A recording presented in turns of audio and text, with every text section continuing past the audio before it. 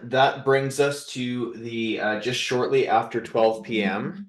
Just going to make sure I've got everything ready to go here, and we will begin our presentation. Yep, looks like we're all set. Excellent. Welcome to the Graduate Diploma in Immigration and Citizenship Law, or GDIP ICL for short, admissions information session for the January 2025 admission cycle. This is us kicking back off into the webinar game for another admission cycle. We're currently doing application assessments for September 2024. But of course, as the application for January 2025 opens up on June 1st, we of course want to jump back into the webinar game and get you prepared if you are interested in applying for the upcoming admissions cycle. So to begin, let's go ahead and take a look at our agenda. So we've got a bit of a different presentation, you may have noticed from any of our previous presentations, but still the content remains the same. We're going to go through some GDIP ICL highlights. We're going to talk about the history of the program, professional opportunities, the courses, delivery models, study plans, and then tuition and financing. And then we're going to go into the meat and potatoes of these webinars, which is the admissions process. We're going to review the requirements that all applicants must submit, which are transcripts, references, and that personal statement of interest response. And then we're going to talk about English language proficiency test scores and the access pathway, which are two elements of the application that only a select few applicants will need to submit. We'll finalize with some key takeaways, and we'll look specifically at the January 2025 admission cycle details. And then we will open up the Q&A box for your questions. I have my admissions team here today to help out with questions, and we will cover all of the material at that point. Before we begin with the material, though, we of course want to continue with our land acknowledgement. So Queen's University is physically situated on unceded traditional Anishinaabe and Haudenosaunee territory, as am I as well, being located here in Kingston, Ontario. Indigeneity is a huge component of Queen's University. We have committed a huge focus to Indigenous learners, educators, the community at large, and we want to continue to support Indigenous Canadians as atrocities continue to be brought to light every single day. We want to highlight the resources that are available to our Indigenous learners. The Office of Indigenous Initiatives and the Four Directions Indigenous Student Center are there to support you on your journey. For more information, visit those two organizations or just visit Queen's University and look for any focuses on indigeneity. We're really proud of what we're doing right now. But again, it's just a small drop in the bucket as to what more needs to be done to support Indigenous Canadians. This is me. I am today's host. I am Don Ames. I'm the manager of admissions and recruitment for the GDIP ICL program. I've been doing this now. This will be my 7th admission cycle. So I've got a lot of information to provide to prospective applicants when it comes to the January 2025 admission cycle. We've made a few changes, so make sure that any of the past information you've learned about our program, maybe in previous webinars, is updated with the information that we're providing in today's session. But let's start off with some GDIP ICL highlights. So the GDIP ICL program was created through an agreement between Queen's University and the College of Immigration and Citizenship Consultants, or the CICC for short. The CICC put out a call for proposals for education pathway partners to offer both the English and French language versions of the education that usually was provided by a lot of different organizations across Canada. Queen's University was the successful recipient for the English language program, and we've been issuing this program since January 2021. So we've been at this for quite some time. The January 2025 intake will be 4 full years of the GDIP ICL. We're extremely proud of the program, and we're proud that we are the only English language pathway for those to become eligible to write the CICC's entry to practice exam. So that means that if you are interested in becoming a regulated Canadian immigration consultant, this is the only pathway in the English language for you. The French language pathway is available through the Université de Montréal, so you can utilize that program if you prefer to study in the French language. But basically, this is to say that it is only Queen's University and the Université de Montréal that makes you eligible to write the EPE. No other programs will make you eligible at any other institution. So you're coming to us or the University of Montreal for your studies. Our program is also delivered entirely online. It was designed that way from day one, and we've been issuing online education since January 2021. Again, a really great platform for utilizing this program for studying here, learning more about immigration and citizenship law. And again, it's that great opportunity to be able to expand our classroom beyond just the physical space here in Kingston. We accept international and domestic students. We accept domestic students from every single province and territory. We have one in our from every single province and territory in our program, and we have a great number of internationally located students as well. So again, really proud of what we offer, and we are a global program based on being able to deliver our program entirely online. We also have a huge roster of world-renowned instructors, experts in the field, current immigration consultants, current lawyers, people who understand the immigration and citizenship ecosystem and who really do know their stuff, educating the future RCICs or regulated Canadian immigration consultants or experts in their field when it comes to immigration and citizenship law in Canada. As I've already mentioned, we're the only English language pathway. It's good to reiterate that because we know that a lot of individuals are interested in our program to become regulated Canadian immigration consultants or RCIC. So our program is the English language pathway for you. Once an individual graduates from our program, they are eligible to write the entry to practice exam with the CICC, and we have a very high pass rate when it comes to our graduates graduating and writing the EPE right away. We are very, again, proud of what our alumni are doing when they're graduating. They're completing the EPE and with flying colors. They are getting that RCIC-IRB designation, which enables them to practice right away. And again, it's that great step into a defined professional pathway to really make an impact on Canada and its immigration and citizenship future. This is a program for RCICs, and it's a great opportunity for you to become your own boss and to establish your own immigration consultancy. Of course, you can work with a pre-existing one. Maybe you have connections already to an RCIC or an immigration firm. But again, if you want to strike out on your own and become your own boss, this is also a great program. There's elements built into the program, into the coursework that will help you with that process. What we do encourage everybody to do is to visit the CICC's website to learn more about the requirements to become an RCIC.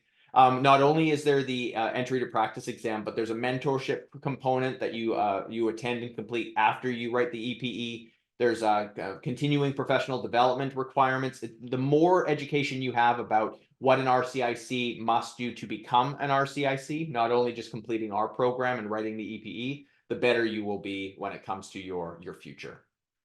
But of course, we also acknowledge that there's many people in our program that aren't going to become RCICs. They're going to take the education that they learn in the GWICL and move it into different areas, such as individuals who are interested in government work, people who want to take this knowledge into private industry, because there's that international employment focus or requirements that really would benefit their maybe recruitment and selection or employee retention activities. Perhaps you want to work on policy development and implementation. We find a lot of our students are really interested in that when it comes to the global perspective of immigration and citizenship, or the Canadian perspective as well. We also see a lot of paralegals, individuals who have law service backgrounds who wish to expand their abilities and take our program to become RCICs. And also we see a lot of human resources professionals who really do understand the benefit when it comes to labor relations, employee and retention, recruitment, staffing. That international focus is huge when it comes to trying to fill gaps in roles that aren't able to be filled by individuals who are out or who are within Canada's borders right now. So there's a lot of invaluable knowledge that we provide in this program that you can turn into a multitude of different professional opportunities for you. Again, also for those who are interested in utilizing our course because they're current legal professionals, each of our courses have a set amount of CPD hours associated with it. So that's professional development. opportunities for you to study in our courses and take that back to your own profession. So it's not just for our CICs. We do see a lot of individuals who want to become immigration consultants come through our doors, but there are a great number of other opportunities available to you in a variety of different fields. Let's talk about the program structure.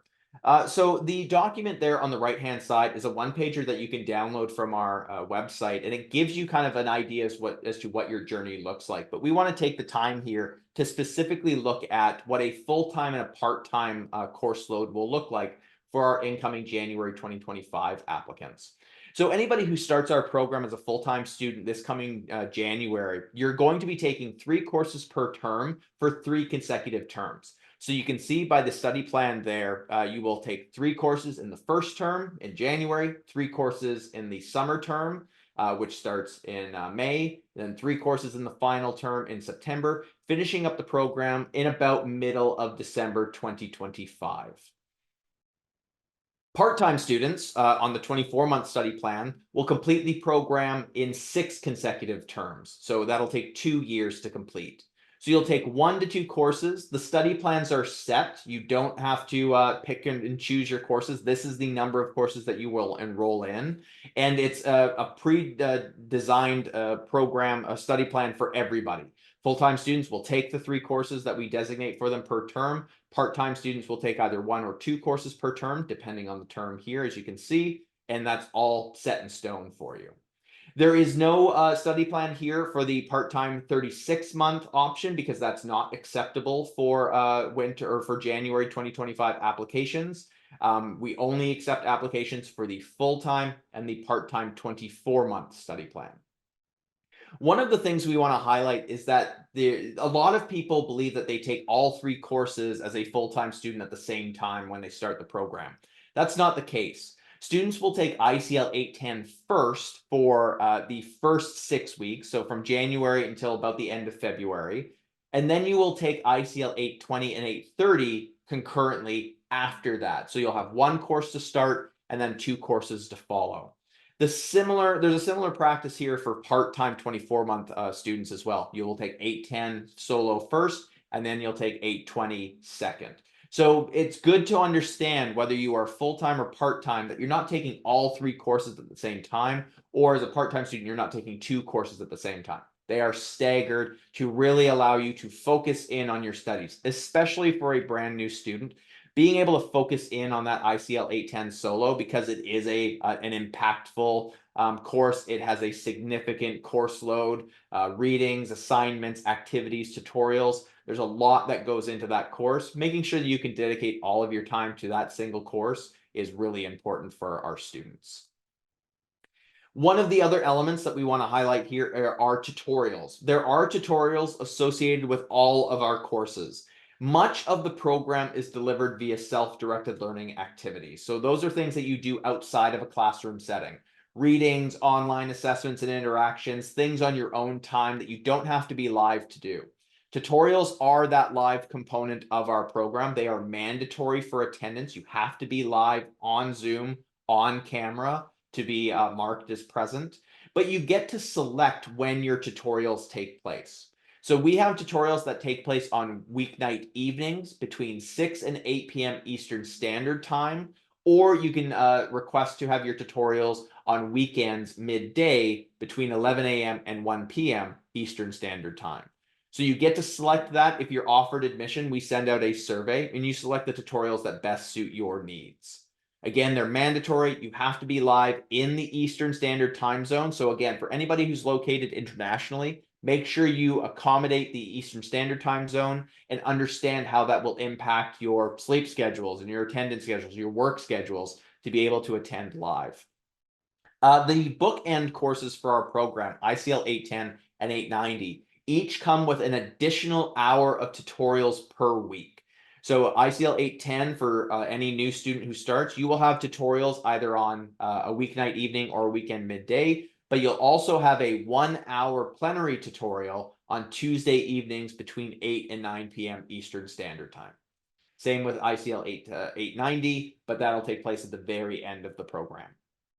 All students in our program attend the exact same number of tutorials. The only difference between a full-time and a part-time study plan is just the number of courses you're taking per term. So everybody attends the same tutorials, everybody completes the same requirements in each course, no matter what your study plan is. And as I've already mentioned, tutorials are mandatory. The first course, ICL 810, is only 6 weeks in length. Missing one of your tutorials in that 6 week span, because you take a tutorial every single week, is significant. So make sure you are committing the time and effort necessary to be fully committed to this program. We want to talk about tuition here as well, about the program structure. To begin, there is a one-time tuition deposit for all incoming students. That's $400 $400 total to secure your spot in the upcoming term. All of these tuition deposits will be applied to your tuition when you begin the program. If you choose to leave the program, though, before you begin your studies, that tuition deposit is non-refundable. So just be mindful of that. For tuition itself, though, when you begin the program, tuition is paid per term and only for the courses you are enrolled in. So those study plans that I provided in previous slides, a full-time student will only pay for 3 courses. A part-time student will only pay for 2 courses starting in January. We also have an option for you to register for the Queen's Tuition Payment Plan.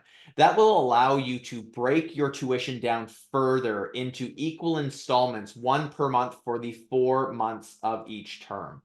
You must apply for that via your SOLAS account, which is your student landing page and your student account. So that'll be done once you accept your offer of admission and tuition is populated in your file. So just keep that in mind, though. You can basically take the lump sum of tuition that's required for your term and break that into 4 equal installments.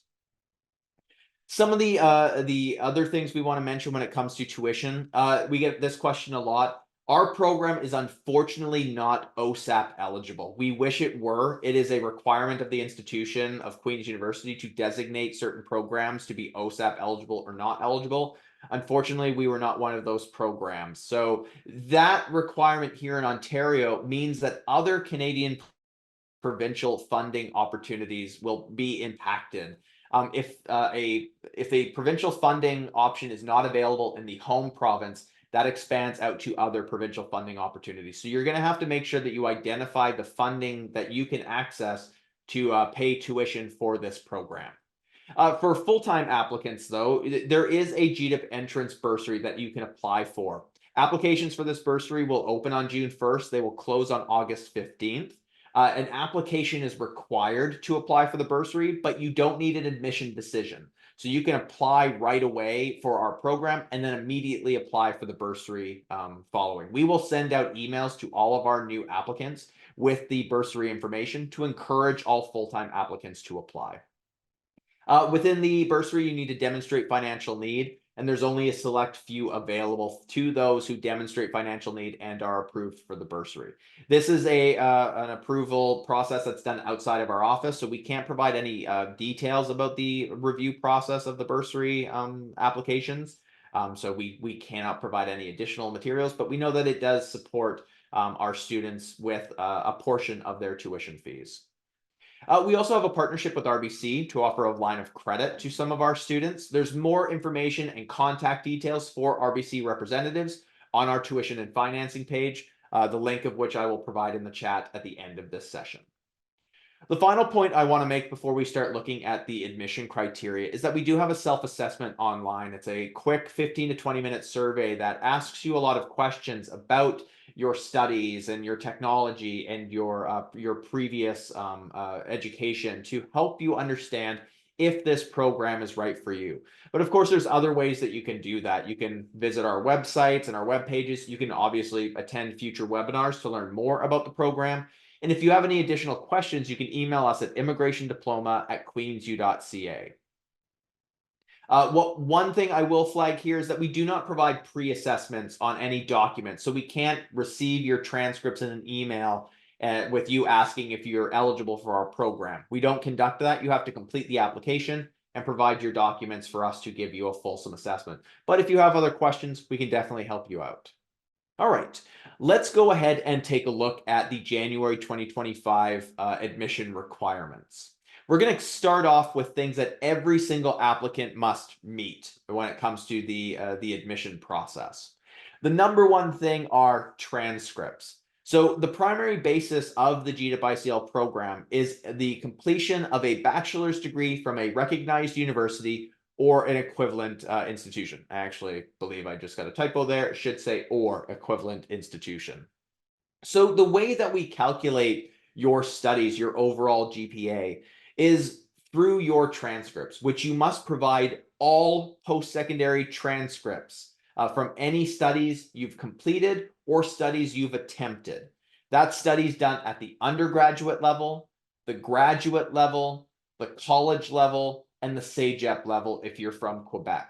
So anything that you've conducted, your bachelor's studies, general or honors, master's, PhD, graduate diplomas, 2 or 3 year diplomas, graduate certificate programs. Make sure you highlight on the application that you've attended the institutions that you've attended and that you're able to provide copies of these transcripts. You should also be able to provide copies of transcripts from any transfer credit that you've received in your studies, any study abroad or exchange programs, and any non-degree studies done for credit. So for example, if we have an individual who studied and completed their honors bachelor's at York University, but they began their studies in India at Punjab University. And then during their York studies, they attended the University of Aberdeen. That individual on an exchange program, that individual now needs to provide 3 different transcripts. They need to provide their Punjab University transcript where they started their studies. They need to provide their York University complete transcript. And they also need to provide that University of Aberdeen study abroad or exchange program transcripts. We need to see everything that you've done. Really make sure you have these documents ready to go for this process. When it comes to the equivalent institutions, we understand that there are degree issuing institutions that aren't technically deemed universities. We will treat those on a case-by-case basis, so you can utilize those documents for the admissions process. There's no guarantee that if it's not a degree issuing institution or university that you will be accepted, but go ahead and submit those documents as well. A rule of thumb when it comes to any of your previous post-secondary studies is that if you received credit from a post-secondary institution, document it on the application and make sure you have the transcripts available for us. Again, as I've mentioned, study abroad programs, exchange programs, transfer credits that are designated on your transcript. You should be providing those transcripts from the original institution because while they may be documented on your home institution as credit received, we need to see the grades that you received from those studies. All of your transcripts should be uploaded with the application via the School of Graduate Studies and Postdoctoral Affairs application system, SGSPA for short, and they should be done in English PDF format. Ensure you have all pages of your transcripts. We have received a countless number of transcripts in PDF format that only have the final page. That's not sufficient. If you were doing a 3-year program from, say, we'll say Punjab University again, and you only provide year 3, that's not sufficient. We need to see years 1 and 2, as well as year 3. I want to stress the importance that international studies are accepted for our program. It's not like you have to only study at a Canadian institution to be viable for our program. You just need to make sure you document wherever you've studied and have your documents ready to go. You should also, for any international studies, have a degree or diploma certificate ready to go with your transcripts. I'll demonstrate what the documents look like here that you should provide in the next slides. So this is an example of a pretty standard transcript that we see. So we see that it has all of the different terms listed. It provides kind of all the details that we need, but these are the key areas that we're looking for to make sure that it's an acceptable document for our review. Typically, there is a signature from somebody with the institution, usually from the university's registrar's office, that highlights that it is official. there's some sort of seal, insignia, watermark on the official document. There's some sort of indication as to what institution this is coming from. But the key thing that we are looking for when it comes to your documents is this section here. Basically, what we need to see are the courses taken, the grades received, and the credit associated with each of those courses. So, for example, this one here, this student, each section of the transcript breaks down to different terms. So this is a summer 2015 term.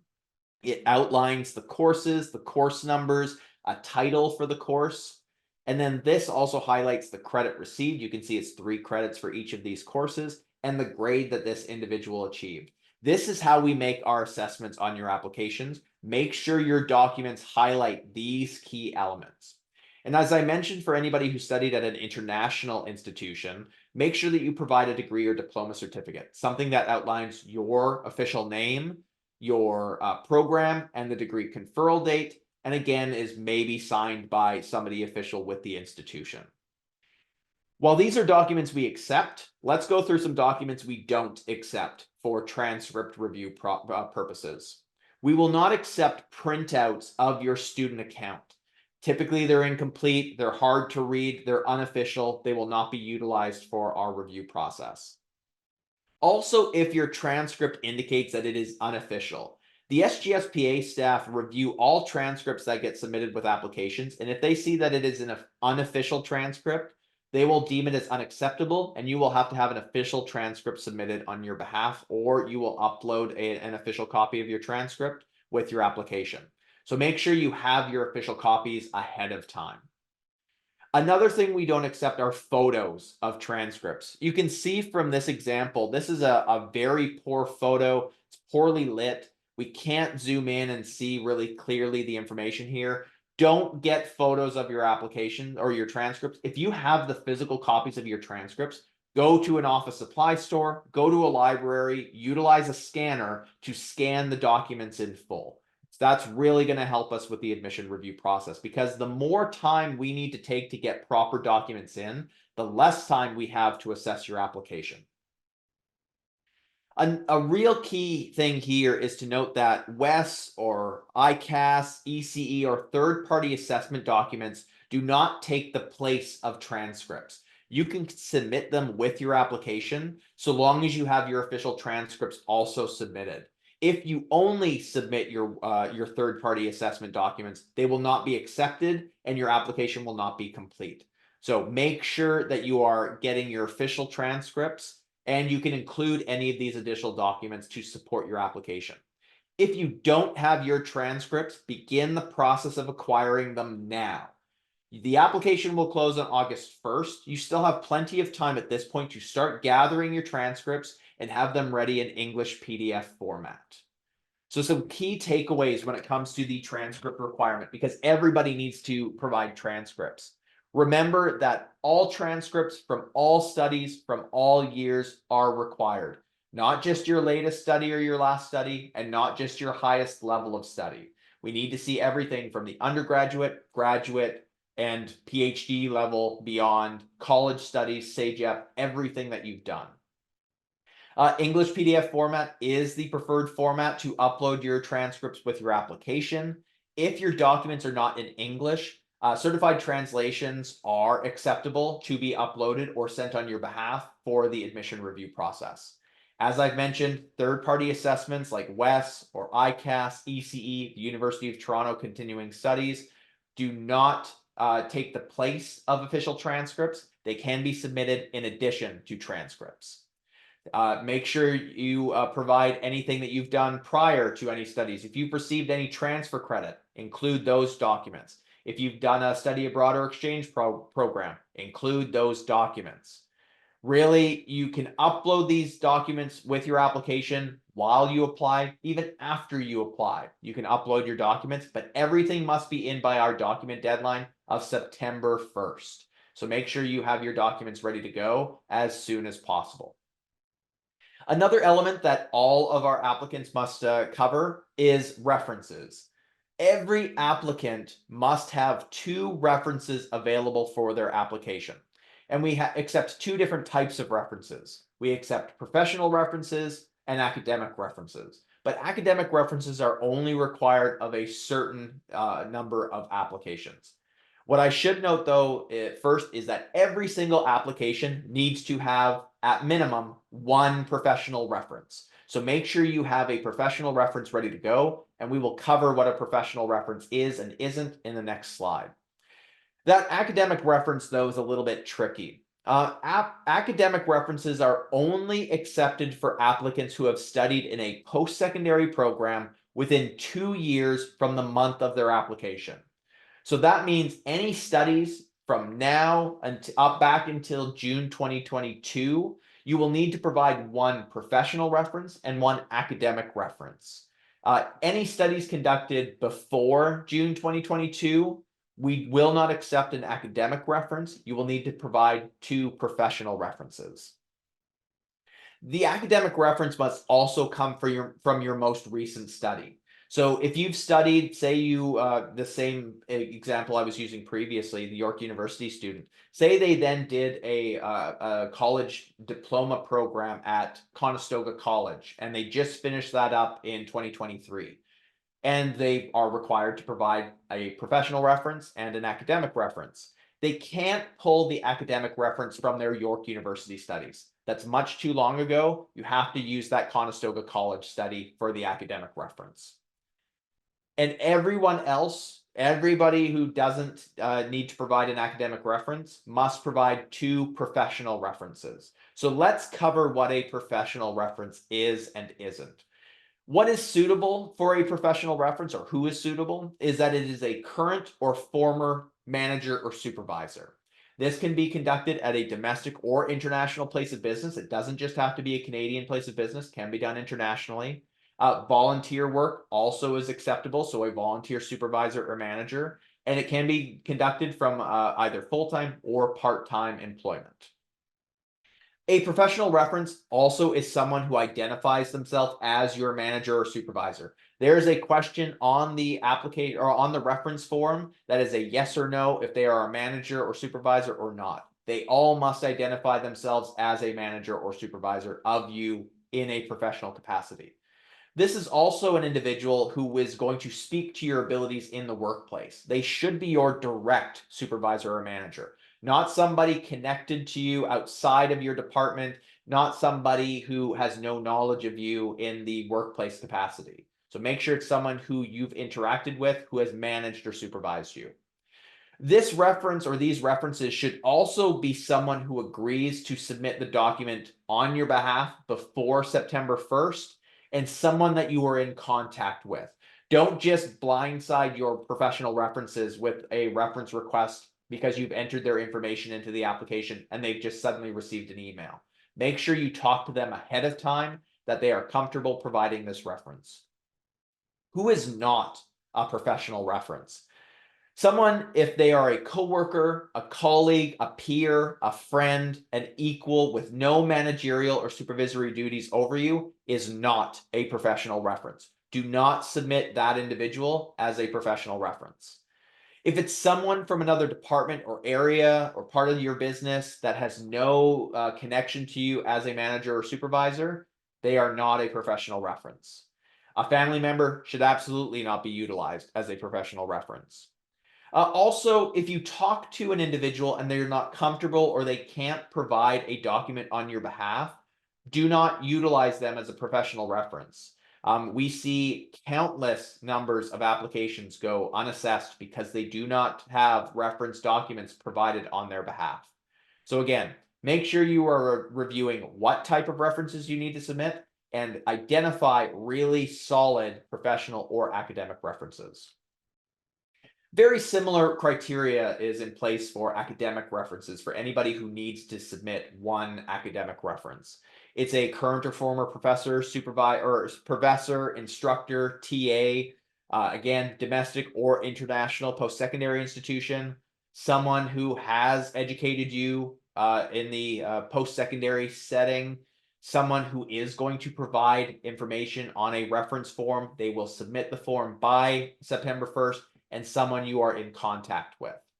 Who is not an acceptable academic reference? A classmate, someone who has no connection to you in the classroom, someone who will not provide or cannot provide the form by the deadline, and someone you have no contact with. Make sure you understand the criteria and select the references that best will represent you in the eyes of our admission committee. The way that you provide references is by updating by providing updated contact information for your references via the application. So what you do is you enter in the full names of your referees, their current email addresses, their current positions, their current departments, and their current employers or institutions, as well as their telephone numbers. Again, that's why you need to interact with your references ahead of time. If you don't have this information, talk to them, gather it so that when you do provide you're ready to complete your application, you can submit their contact details fully. Some key takeaways here when it comes to references. Once your application is submitted, automatically emails will be sent out to your 2 referees that contain a link to the reference form that the referees will complete. So that's why you want to talk to your references ahead of time. Inform them about the process and the program. Ask them that they are comfortable providing a reference on your behalf, and make sure that they are checking their inbox and spam junk folders when you complete your application submission and pay for it, so that they receive the documents and will complete it in a timely manner. Every single application must have at least one professional reference. And again, there's only that 2-year window for post-secondary studies from the month of your application where we will accept an academic reference. Make sure you talk to your references again once your application is submitted so that they receive the forms, they receive the link, they are ready to complete. Talk to them throughout the process. And if they didn't receive something, make sure they check their junk spam folders. If they still haven't found it, you can log into your application to resend the documents, or you can have the SGSPA office resend them on your behalf. That's the School of Graduate Studies and Postdoctoral Affairs office. They are the group that manage our application. Again, no family members, no friends, no coworkers. These individuals' professional references must be from managers or supervisors, and academic references must be from professors, instructors, or TAs. And like I mentioned, the number one reason applications are not assessed is because there is a missing reference document, at least one, or maybe even both. This is something that's out of your control. Yes, you can select the referees and add their contact information to your application, but then beyond that, you don't touch the reference form. So make sure you are interacting with your references to get those documents in. The final component that every single applicant must provide with their application is a response to our personal statement of interest question. This is where you get to tell us about you. You have one question, you have 400 words or 2,000 characters as a maximum limit to tell us about yourself. What we encourage at this point is to utilize the full capacity of that word or character limit. 1 or 2 sentences as a response will not cut it. Take the time to complete it in full. You must submit your statement, your response with your application. You can't put to be submitted later or NA and submitted after the fact. It has to be uploaded with your application. And what we really do want to encourage is that the contents of your personal statement of interest reflect the effort that you put into your submission. We see what the effort that you make in writing this down. So make sure you utilize the space in full. A final point here on this is that you should not utilize, or you cannot utilize, AI generation technology or external help to write this statement. This needs to be in your voice, and it needs to be your responses. Anybody who's identified as utilizing either of those supports there to write this statement or to help write this statement, their application will be immediately withdrawn. All right. Now that we've covered the elements that everybody needs to provide, let's talk about things that only a select number of applicants must provide. And the number one thing are English Language Proficiency Test scores, or ELPT scores for short. ELPT scores are a requirement for many applications, and we are very stringent as to who needs to submit ELPTs and who doesn't need to submit ELPTs. We are the only point in which an individual who wishes to become an RCIC or a regulated Canadian immigration consultant must demonstrate English language proficiency. So we are very strict on our exemption criteria and the score requirements. This is a part of the admission review process. This is not something you submit at a later date. So you should be starting to review the exemption criteria now and knowing if you meet or don't meet one of the exemptions. If you don't meet it through your own review, you should start looking at the approved ELPTs that we accept and start working on your test. Because the earlier you can tackle that, the better, the more time you'll have to work on the test itself, and the better your score will be. We will not provide conditional offers of admission for outstanding ELPT score submissions. And again, this is something we use for admission consideration. So let's talk about the scores we accept. We accept KLCE, IELTS Academic, TOEFL IBT, and TOEFL PBT. The first three of those tests, we accept both the online or home-based versions of those tests and the test center versions. The TOEFL PBT, we only accept the test center versions, and they are only available in certain locations. So know which test best suits you, and make sure you're ready to go with each of those tests. And these are the scores that you must meet. A KLCE score must be an overall score of 70 with no band below 70. IELTS Academic is an overall score of 7.0 with no band below 7.0. A TOEFL IBT is an overall score of 101 minimum with no band below 25 out of 30, with listening needing to be at 26 out of 30 minimum. And then TOEFL PBT is an overall score of 607. There are no exceptions to our score requirements. We understand that there are different components of these tests: listening, speaking, reading, writing. We also know that there's some pretty consistent issues with some of those components, primarily writing. We know that a score can meet the overall score of a 7.0, or maybe you can reach a 7.5, maybe even an 8, and maybe your writing score is a 6.5.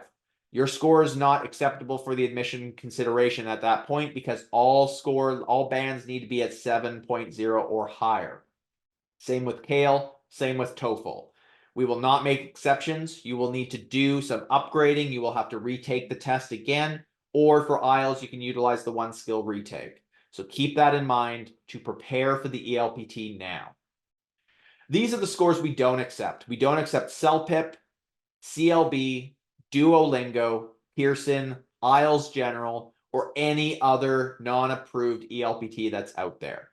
There's no exceptions to the tests that we accept. We will not make accommodations to accept a CLB or a CELPIP or a Duolingo test for any reason. You can't make the test. You're too busy. You didn't receive the proper score. Does not matter. We only accept KLCE, IELTS Academic, TOEFL IBT, and TOEFL PBT. We will not make accommodations for the other tests.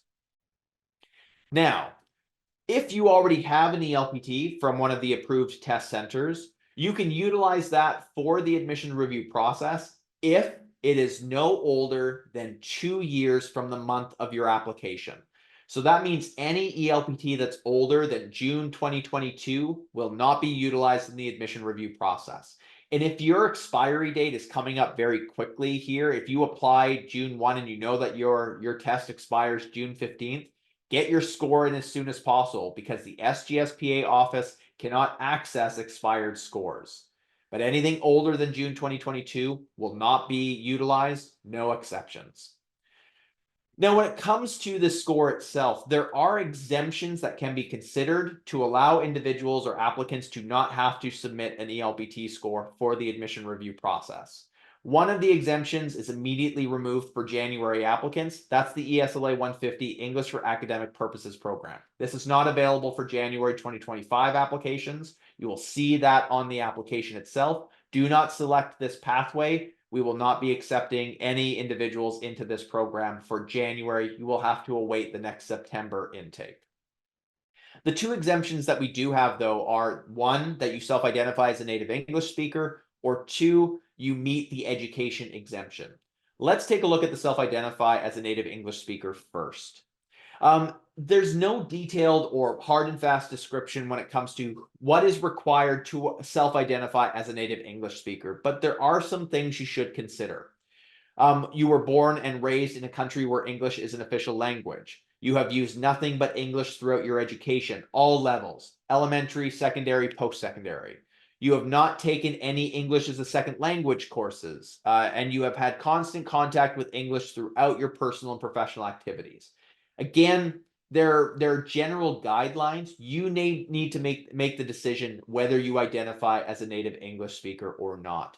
If you do, please make sure you select that on the application, both on the SGSPA side of things and under our ELPT question. If you don't, you're going to have to start to consider either our second exemption based on education, or you're going to have to prepare for an ELPT. And what we want to note here is that even those who self-identify as a native English speaker and anybody who maybe meets one of our exemptions, our admission committee reserves the right to request an ELPT score from any applicant at any point during the admission review process. We will give you ample time to complete the ELPT, but please make sure that you are aware that we will be reviewing your requests. It's not set in stone based on what you select on the application that we agree to that exemption. The education exemption is a little bit more detailed. Let's go through it together. To meet the education exemption criteria, you must have 4+ years of consecutive full-time academic study at a university in which English was the medium of instruction throughout your studies. Let's break that down by those bolded elements. 4+ years. This can be conducted at one institution or across multiple institutions. So typically an honors bachelor's degree completed full-time consistently is a 4-year program. Or if you completed a general bachelor's degree, a 3-year program, and then immediately followed that up with a 1-year or 2-year master's program, or maybe a second bachelor's, like a Bachelor of Education, with no unnatural gap between, that means no gap longer than 1 term, that would be considered for consecutive full-time academic study. So we really do stress that unnatural break. So typically when an individual is in a standard program, they study in the fall and the winter terms and then take summer off. If you studied in the winter and summer terms, you can take the fall off. But if you take more than 1 term off, that's no longer considered consecutive years of study, and you're no longer eligible for the education exemption. Full-time studies are really key here as well. Each institution has its own indicator as to what makes a full-time student a full-time student. Typically, it's a number of courses or a number of credits taken per term. You need to make sure that you were a full-time student throughout your studies. If you reduced any of your terms down to part-time study status, you are no longer eligible for this exemption. So it's 4+ years of consecutive full-time academic study at a university. So some things to flag there as well. University, college programs do not count towards this exemption. If you think that you meet this exemption, you need to provide proof. The proof is in your transcripts from all of your studies, as well as a medium of instruction letter from each of your universities. Now, you may be asking, what is a medium of instruction letter? This is an official letter from your university or universities that indicates officially that the medium of instruction of your studies was English. Your letter should also include your study plan, whether you were full-time or part-time, for the duration of your studies, as well as your studies start and end date. Let's take a look at an example here. So what we have is a medium of instruction letter. It has an official association with the University of Calcutta. It is officially signed off by a member of that institution. And you can see here, it highlights that the medium of instruction was English. And you can see here the program, 2-year pass, 1998 to 1999 as the end date of the program. This is good. It's not complete though. We would want to see this from obviously a 3 or a 4-year program or multiple institutions. Also, we would want this letter to highlight the start date of these studies, as well as the full-time or part-time study plan. Make sure you are working on these documents now. They should be uploaded with your applications, with your transcripts via your application. If you don't meet an exemption criteria, you must provide an ELPT score. We are extremely stringent on this requirement, as the only point where you need to demonstrate English language proficiency, and because we want you to be successful not only in our program but also beyond as an immigration consultant, you need to demonstrate your English language proficiency via an ELPT score. If you request an exemption via your application and it's not approved, we will notify you that you must submit an ELPT score, and that decision is final. Make sure you have your medium of instruction letters ready to go with all of your documents uploaded with your application. Begin this process now. We also don't utilize any additional exemption consideration. So please don't request us to consider professional experience, where you conducted your studies, citizenship, or geographic location and daily interaction in English. We don't utilize those because we can't to demonstrate English language proficiency. We need a specific regulating body to tell us via an official ELPT score that you are proficient in English language. ELPT scores are needed by that September 1st document deadline. So begin the process now if you need to submit a score. The later you wait, the less time you have to work on your score and to get the score required for admission consideration. So think about the exemptions, review our website, learn more about it, and definitely prepare yourself accordingly. The final element that I want to outline here that some applications will need to review is the access pathway.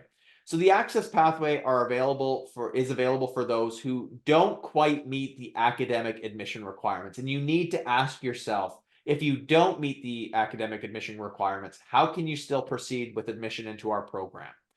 So for anybody who has studied in a bachelor's program, completed it, but didn't receive a B average, maybe you attended some undergraduate study but didn't complete it, and you completed another program, maybe a diploma program, and you have a minimum of 5 years of relevant professional experience in the field of law and/or immigration, you can be considered under the access pathway.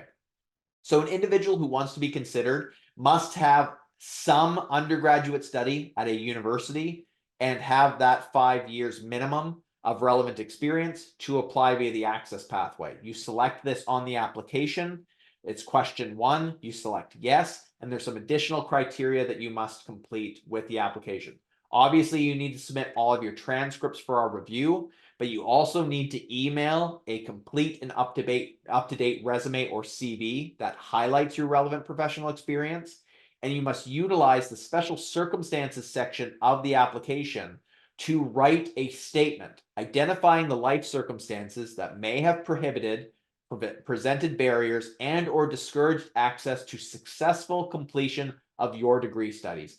Basically, that's to say, during your undergraduate career, what prevented you from meeting the B average? What life circumstances caused you to not meet the B average and not maybe finish your undergraduate studies? Use the application for those purposes.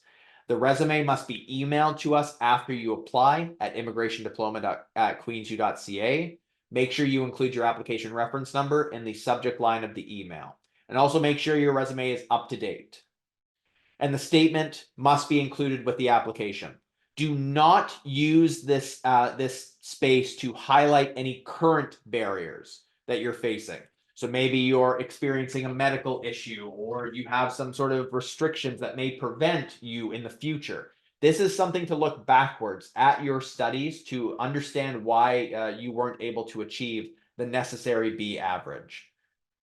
Don't forget to answer the question. Make sure that you are clearly identifying those barriers and you're not utilizing this space to just tell us more about yourself and your interest in the program.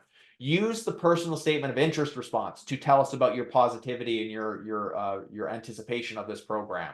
Don't utilize the special circumstances. We need a proper statement to understand why you are requesting access pathway consideration.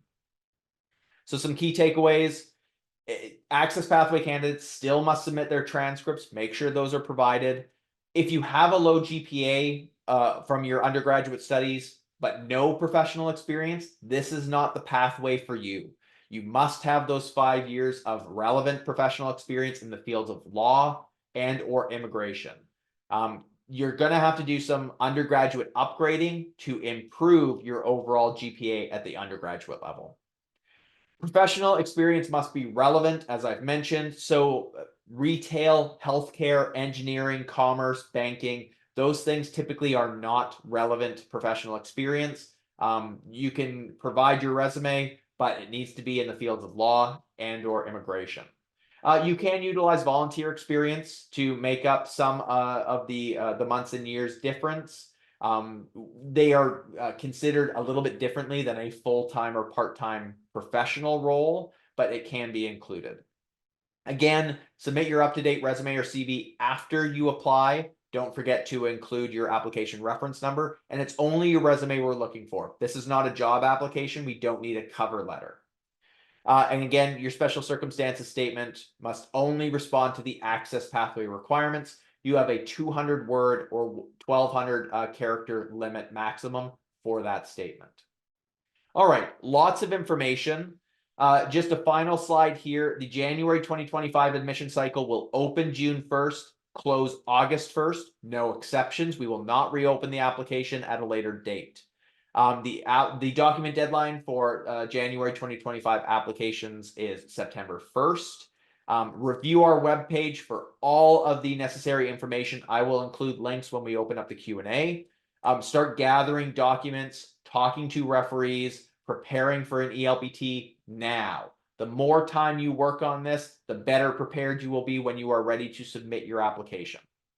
Only submit the documents that are requested for the admission review process. We don't need any additional information outside of what's required: transcripts, referees, ELPT scores, and your application submission. If we request additional documents from you at a later date, then you can provide them. There is no refund to the application fee, so make sure you are prepared to submit and pay that fee when your application is ready.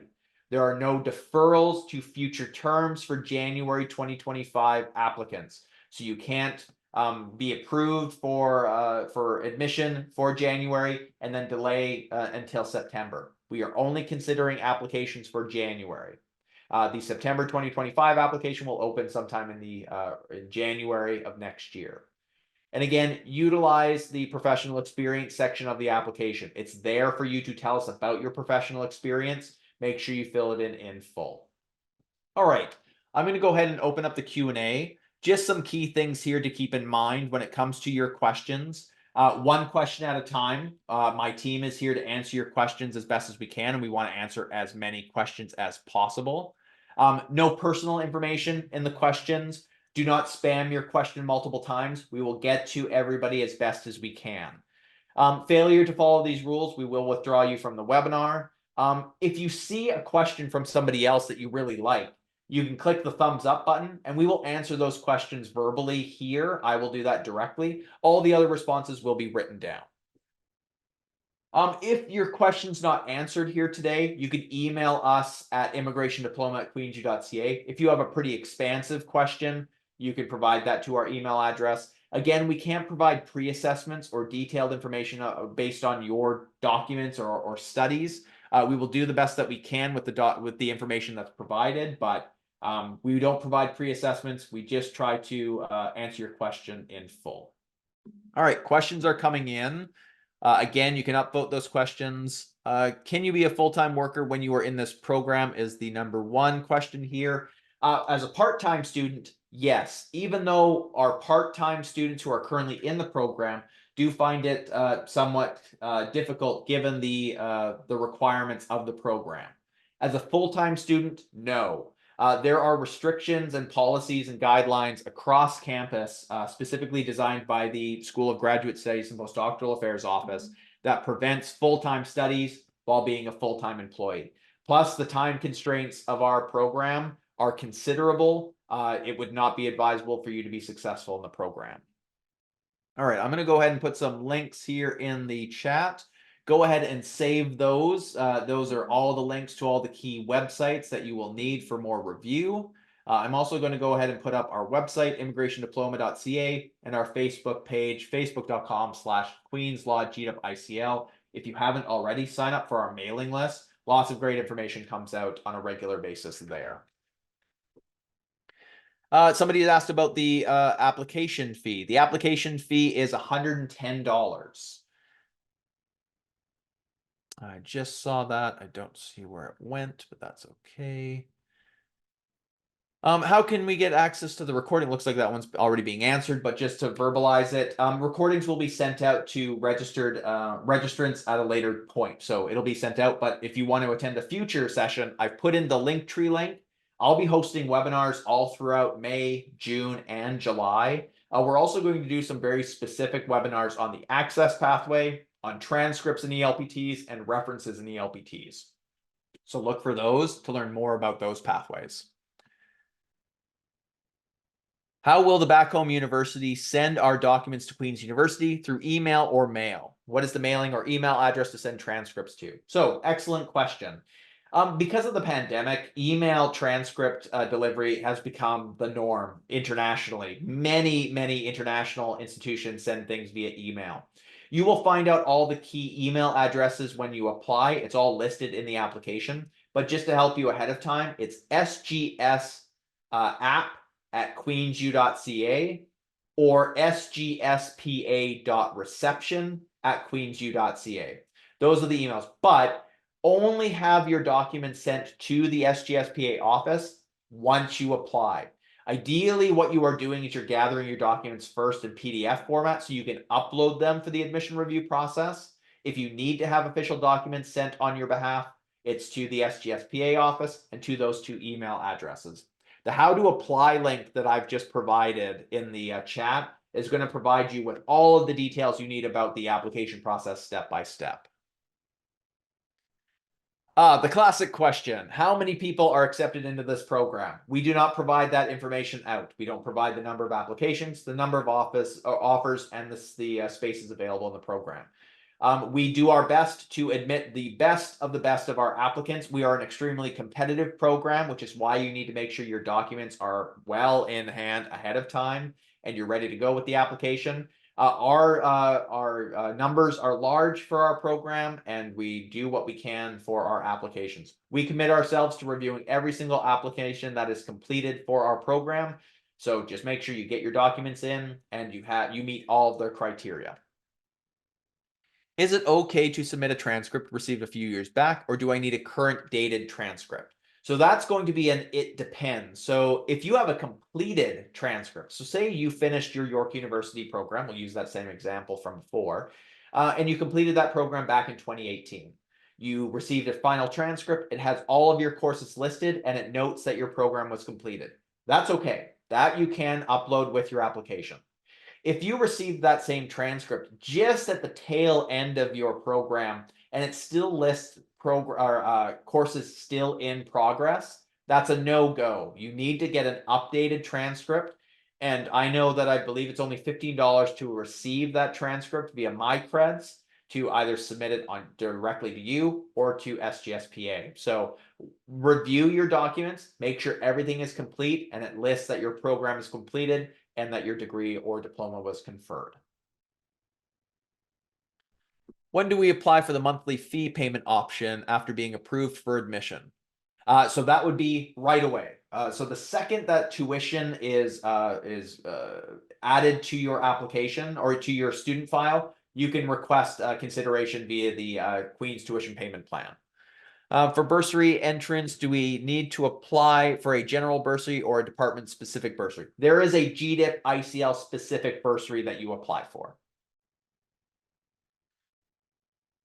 Let's see. For education exemption, if someone studied bachelor's, 4 years, and a master's degree from the same university, do they need to submit 2 different medium of instruction letters from each level of study? To begin, what I would encourage any applicant to our program is to not utilize all caps. All caps for any elements of the application is not necessary. You should be utilizing the proper structure of capitalization and lowercase for anything that you do. Well, I appreciate that you're trying to draw attention to the question. It's easy enough for us to process that by reviewing what's provided there. But the question at hand, do you need to submit 2 different medium of instruction letters?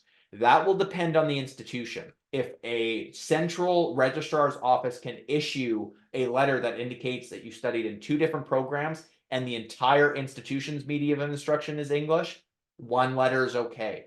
If they're separate departments, like for example, at Queen's, we have our main campus with a lot of different faculties involved. And if you studied your undergraduate arts and science and your master's, your MBA at the Smith School of Business, perhaps there would be a need for you to get 2 different letters if they were instructed in different languages. Talk to your institution and find out what can be provided. If everything can be condensed down to 1, that's fine, so long as it has all the details we require. I'm going to shut down the questions for the time being, just so that we can catch up. But we'll still stick around here beyond the 1 p.m. deadline to answer as many as we can. I did a bachelor's degree of 4 years with English is medium, and then 2 years studying in Canada. Am I eligible for the ELPT exemption? So the location of your studies doesn't matter. So the fact that you've just stated 2 years of study in Canada, it depends on the time, the kind of the structure of your program. You completed a 4-year bachelor's degree. If that was all in English, you may be considered for the education exemption by providing your documents.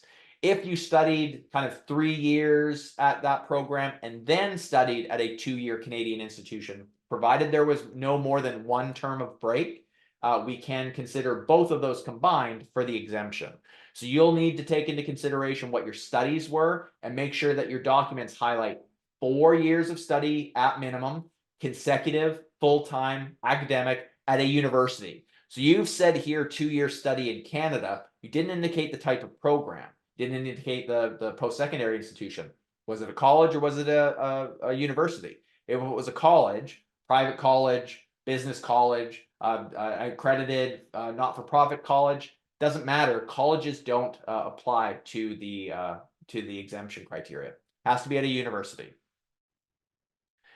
Also, for individuals who are trying to combine multiple programs, so say you did a 3-year degree and then you did a 2-year or a master's program.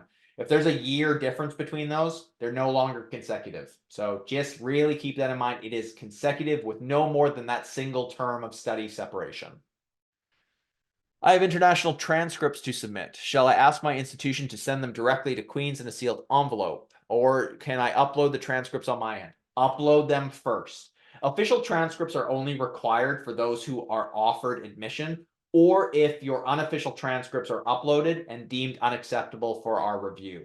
Don't spend the money now to have official documents sent on your behalf.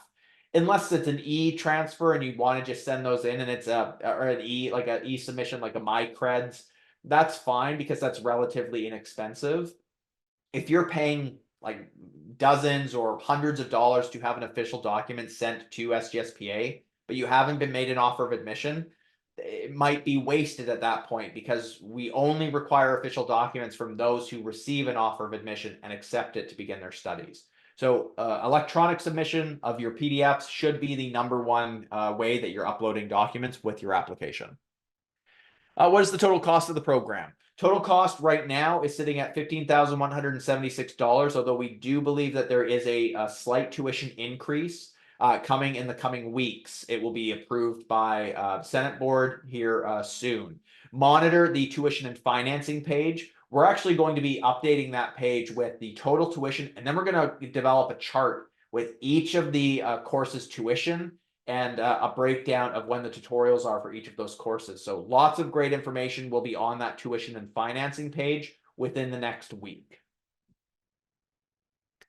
I've been working in my own company basically my entire career. So what kind of professional references do I need? Good question. This individual should be looking at clients, high-level managers, CEOs, those individuals that you've worked with.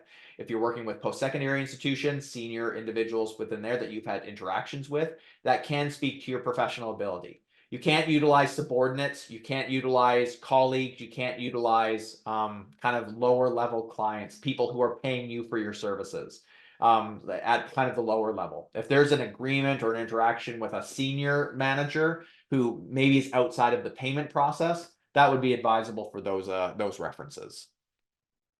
I think I've just covered that as well. Somebody talking about owning their own business. If you've only recently owned your own business, like it's been within the last 2 or 3 years, and you have previous professional experience, go back to those managers or supervisors first. It's easier to get somebody who has directly managed you than to try and find clients who will provide information on your behalf. For ELPT scores, do you accept the IELTS exam? Yes, we do. We accept IELTS academic, not general, academic, and the IELTS score is a overall 7.0 with no band below 7.0.